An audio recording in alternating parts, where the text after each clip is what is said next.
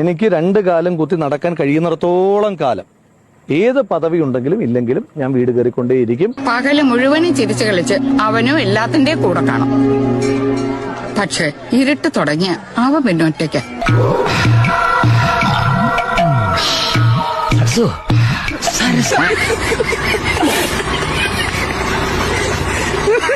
പാവം വീട് കയറി എത്ര വീട് കയറിയാവോ.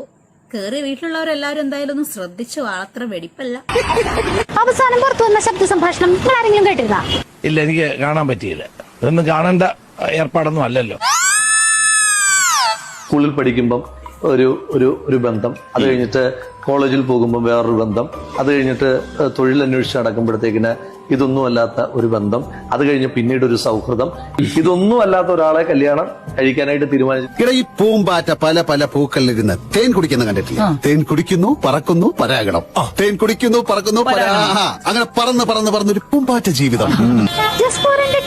നിങ്ങൾക്ക് ഈ പാർട്ടിയുടെ ഭരണഘടനയെ പറ്റിയും ഈ പാർട്ടിയുടെ രീതികളെ പറ്റിയും വല്ലാത്ത ബോധ്യമില്ലാത്തത് എന്റെ പ്രശ്നമല്ലല്ലോ. ശരിയാണ് രാഹുലേട്ടായി.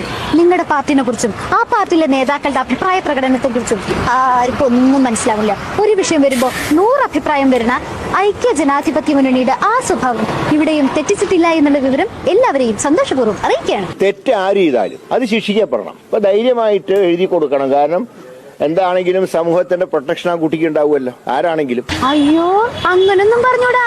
അങ്ങനെയാണെങ്കിൽ രാഹുൽ മാങ്കൂട്ടത്തിൽ സ്പെഷ്യൽ സെൽ എന്ന് പറഞ്ഞിട്ട് ഒരു പ്രത്യേക കൗണ്ടർ തുടങ്ങേണ്ടി വരും. അല്ല, കേരളത്തിൽ അങ്ങോളം ഇങ്ങോളം സ്നേഹം വേണോ ചോദിച്ചെടുക്കാൻ ആകൊരു രാഹുലേട്ടായി അല്ലേ നമുക്ക് ഉണ്ടായിരുന്നുള്ളൂ.